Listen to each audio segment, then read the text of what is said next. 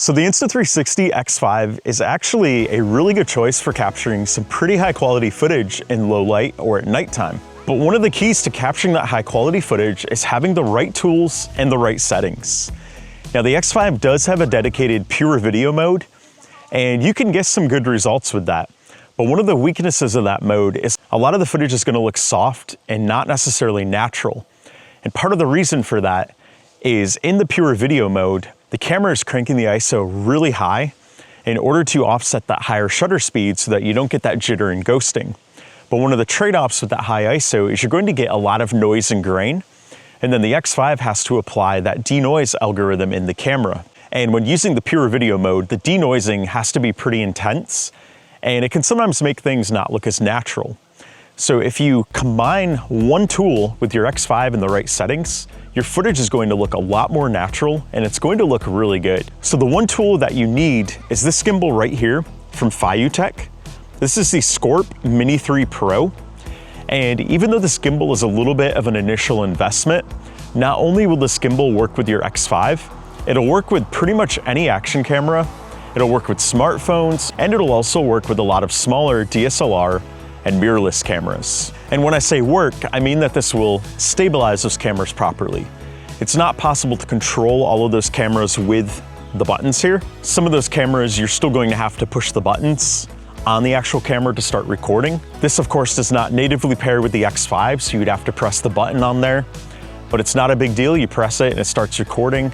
And this has really strong motors, so you're not going to mess up their alignment just by pressing a button on your camera. And I will link to this gimbal in the description below in case you're interested in picking it up for your X5. So let's get into those settings. So first of all, what you wanna do is you want to make sure you are in the video mode on here. So currently I'm in the pure video mode, and that is the dedicated night mode on here.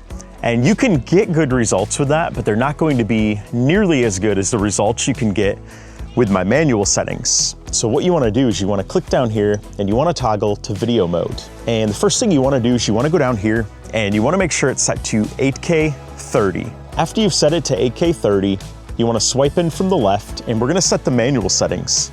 Now to start with, this is probably gonna be on auto and you want to click M. Now when you click M, you're going to notice right away that it's super overexposed. And that is okay because this is daytime. And these settings are for low light and nighttime only. So don't use these settings in the daytime because you will get a very unusable image here. Now, the first thing we want to set is the color mode. If you want to do any grading later on, I recommend setting this to flat. It's going to give you a little more flexibility. But if you don't want to do any color grading, I recommend standard. That's going to get you great results as well. All of these samples were filmed in standard, by the way. Next, we're going to go over here to the shutter speed. Now, this is really important. We want to apply the 180-degree shutter angle rule here.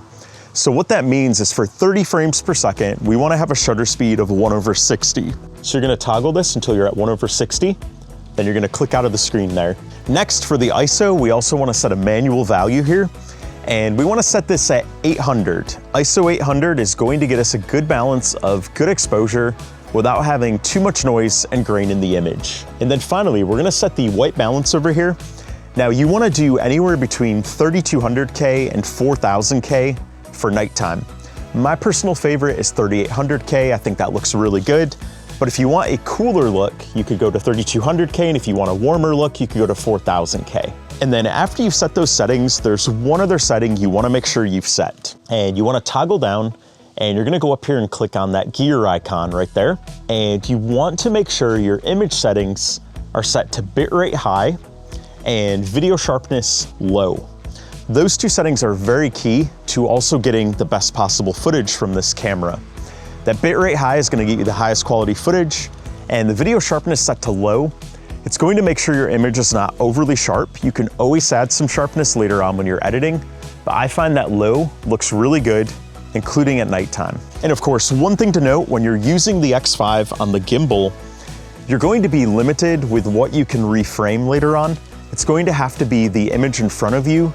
And the reason for that is the gimbal arm and bracket that goes around behind it.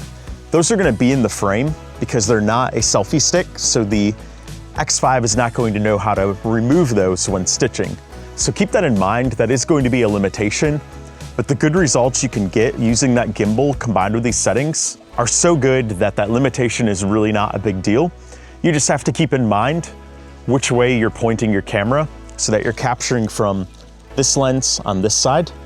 You don't want to be capturing from this lens on this side because your gimbal is going to be in this area. And if you'd like to learn more about the Insta360 X5 and how to get the very best results, check out this playlist right here.